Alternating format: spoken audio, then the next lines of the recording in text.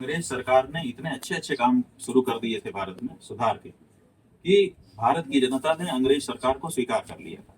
आप इतिहास उठा करके देख लीजिए, बहुत स्वीकृति हो गई थी, सड़कें बन रही थी, कॉलेज बन रहे थे, स्कूल बन रहे थे, शिक्षा में सुधार किया जा रहा था, ये किया जा रहा था, वो किया जा रहा था। ऐसा बड़ा बहुत माहौल खड़ा हो गया था। ऐसे समय में एक दिन माता दीन नाम का भंगी और हरफूल सिंह नाम का जाट, ये दोनों कारखाने से निकल करके आए जहाँ कारतूस बनता था, और उन्होंने मंगल पांडे नाम के व्यक्ति को मेरठ की छावनी में बताया कि तुम पंडित जी बने हो और हमारे हाथ का पानी नहीं पीते हो और तुम गाय की चर्बी वाला वो कारतूस खोल रहे हो मुंह से। उन्होंने कहा कि फालतू क्या बात करते हो। उन्होंने कहा नहीं, हम खुद ही बना रहे हैं, हम देख करके आए और इसीलिए हम नौकरी छोड़ रहे हैं, क्योंकि हमको पहले नहीं पता था, पता चल गया तो हम तो जा रहे हैं, पंडित जी आप देख लो। तो मंगल पांडे को लगा कि अरे गाय की चर्बी और हम मुंह से खोल रहे हैं। उसने क्रांति कर दी, डिसोबे कर दिया, आदेश नहीं माना। जब उन्होंने कहा कि खोल तो उसने मुंह से नहीं खोला। अंग्रेज अधिकारियों ने कहा, जो उनके कमांडर थे, कि आपको मानना पड़ेगा हमारा कमांड, क्योंकि आपने अनुबंध किया है हमारे साथ कि हम सेना का हर आदेश मानेंगे। उन्होंने कहा हमने किया जरूर है, लेकिन धर्म नहीं खो करके। ऐसा भी नहीं है कि हम धर्म खो करके माने। इसी पे बहस हुई और उन्होंने गोली चला दी। बाद में तीनों को फांसी हुई, हरफूल सिंह जाट को फांसी हुई, माता दीन भंगी को फांसी हुई और फिर मंगल पांडे को फांसी। क्रांति हो गई। एक बात पता चली कि गाय की चर्बी है वो मुंह से बगल में जाएगी, खाएंगे नहीं, मुंह के बगल में जाएगी। भारत देश में क्रांति हो गई और आज 1 करोड़ लोग तिरुपति लड्डू के नाम पे, प्रसाद के नाम पे गाय की चर्बी खा चुके। क्रांति हो रही है। समाज कितना बदल गया।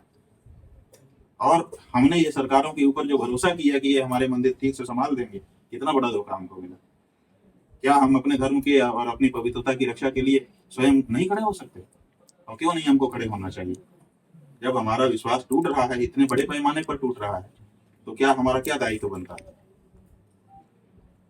ये सब प्रश्न हैं जिन पे विचार करने की आज हम लोगों को आवश्यकता है। गुरु जी, क्या आप मानते हैं कि जो ये मौजूदा सरकार है सनातन का दुरुपयोग करके सिर्फ वोट को तोड़ने के लिए अपना जो लगी है? ये प्रमाणित हो चुका है, पूरी तरह से प्रमाणित हो गया। क्योंकि इन्होंने देखिए, राम जन्मभूमि में शंकराचार्यों का ट्रस्ट बना हुआ है, सुप्रीम कोर्ट के आदेश से बना हुआ है। सुप्रीम कोर्ट ने जब नरसिम्हा राव गवर्नमेंट थी, जब ये ढांचा ढाया गया, तो सुप्रीम कोर्ट ने कहा कि इसके पहले के सारे ट्रस्ट जो इस कार्य के लिए बने हैं, उनको अब भविष्य में कभी ये जमीन नहीं दी जाएगी। इसके लिए साधु संतों का नया ट्रस्ट बने, उसको दी जाएगी। तब उस समय शंकराचार्यों ने, रामानुजाचार्यों ने, वल्लभाचार्यों ने, सब आचार्यों ने, जो हिंदू धर्म के प्रमुख आचार्य हैं, 29 लोगों ने मिलकर के ट्रस्ट बनाए।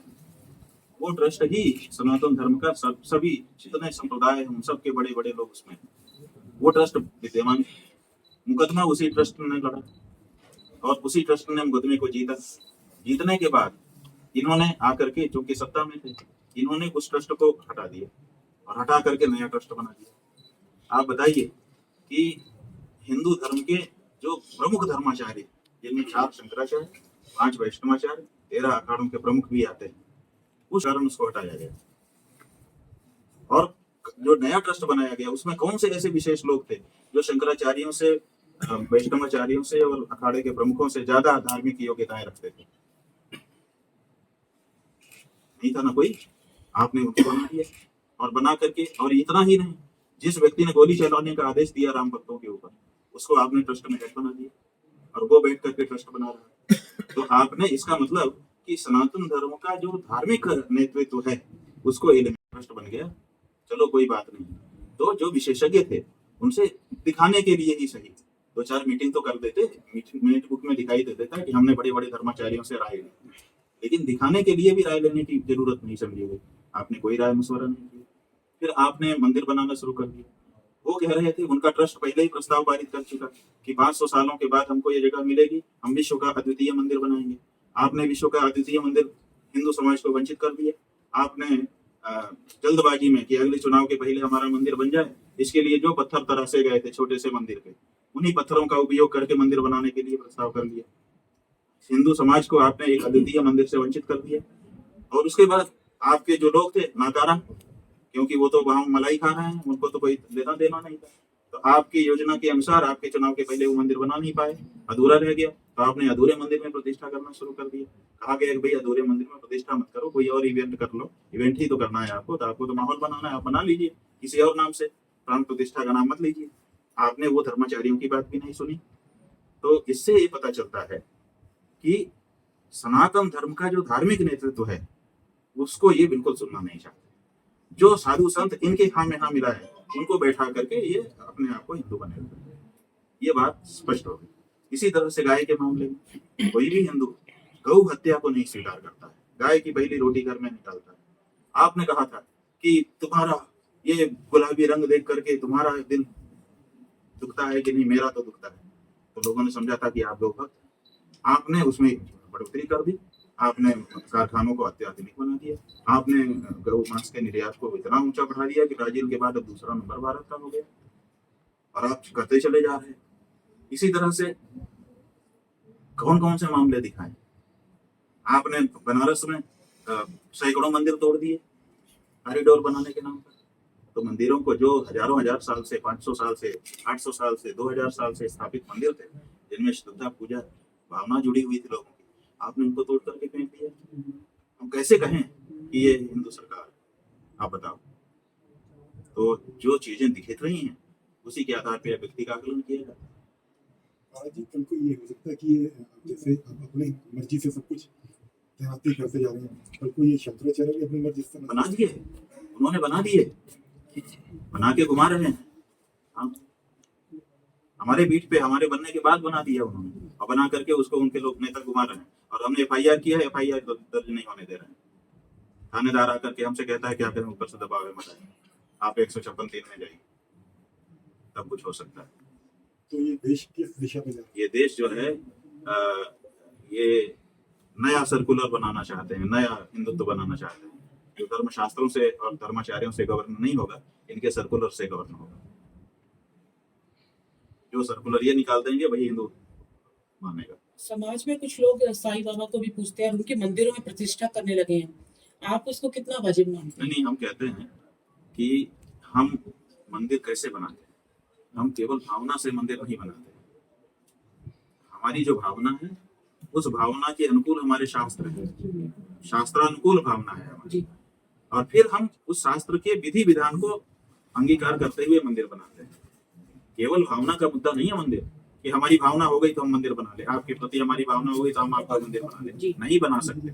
आपकी भावना हमारे लिए हो जाए, आप नहीं बना सकती हो, उसके लिए शास्त्र का समर्थन भी होना चाहिए। तो शास्त्र का समर्थन साईं के लिए नहीं है, क्योंकि साईं का नाम का कोई देव जादुई प्रश्न फेंकता है। तो अब मान लो कहते हैं कि ये भाजपा विरोधी है, तो भाजपा विरोधी होना दोष है? भाजपा विरोधी तो कांग्रेस है। कांग्रेस के नेता को आपने मंत्री का दर्जा दिया, नेता प्रतिपक्ष दिया है संसद में बैठकर, वो जब खड़ा होता है उसको समय देते हो कि बोलिए, वो बोलता है। कांग्रेसी होना गुनाह है? भाजपा ही होना गुनाह है? भाजपा विरोधी होना गुनाह है? कितनी पार्टियां हैं भाजपा के अलावा, गठबंधन जो इंडिया गठबंधन में हो गए, सब पार्टियां तो भाजपा का विरोध करती हैं। तो भाजपा विरोध करना कोई दुर्गुण थोड़े है। अरे जो गड़बड़ी है उसको कोई भी बोलेगा। भारत का लोकतंत्र इस बात का अधिकार देता है कि कोई भी पार्टी हो, अगर कुछ गलत आपको लगता है तो आप बोल सकते हैं। तो इसके लिए भाजपा विरोधी कह देने से क्या होगा? मान लो भाजपा विरोधी, भाजपा का कोई काम अगर गलत है और उसका हम विरोध कर रहे हैं, पूरी भाजपा का तो हमने विरोध किया नहीं कभी। हमने तो जो बात गलत थी, प्राइम मिनिस्टर का भी पूरा विरोध हम नहीं कर रहे हैं, उनके कुछ काम अच्छे भी हो सकते हैं, जब उसका प्रसंग होता है हम उसकी प्रशंसा भी करते हैं। लेकिन जो काम गलत है उसको हम गलत क्यों नहीं कह सकते? आप हमको भाजपा विरोधी कह दीजिए, उससे क्या फर्क पड़ता है? कांग्रेस के विरोध में हम बोल देते हैं। जब हमने गंगा जी का आंदोलन 2008 ईस्वी में किया था, वो भी बहुत बड़ा आंदोलन हुआ था। आप लोगों को ना पता हो, राष्ट्र नदी घोषित करो गंगा को, ये हमारी ही मांग थी, और हम ही ने आंदोलन किया था, गंगा सेवा अभियान चलाकर, और ऊंचाई पर ले गए थे। राष्ट्र नदी हमारे कारण घोषित हो, तो उस समय सारे भाजपाई हमारे साथ होते, दिन रात बैठे रहते थे। संघ के प्रमुख हमसे मिलने के लिए आए थे, 1 घंटा बात कर रहे थे। क्यों? क्योंकि तब हम कांग्रेस विरोधी थे। तो ये इसका हम सब देख चुके, तो इसका कोई मतलब नहीं। हमसे जुड़े रहने के लिए हमारे YouTube चैनल को सब्सक्राइब करें और नई वीडियो की नोटिफिकेशन के लिए बेल आइकॉन को दबाएं। अगर आप ये वीडियो Facebook पर देख रहे हैं तो लाइक जरूर करें और ज्यादा से ज्यादा शेयर करें। धन्यवाद।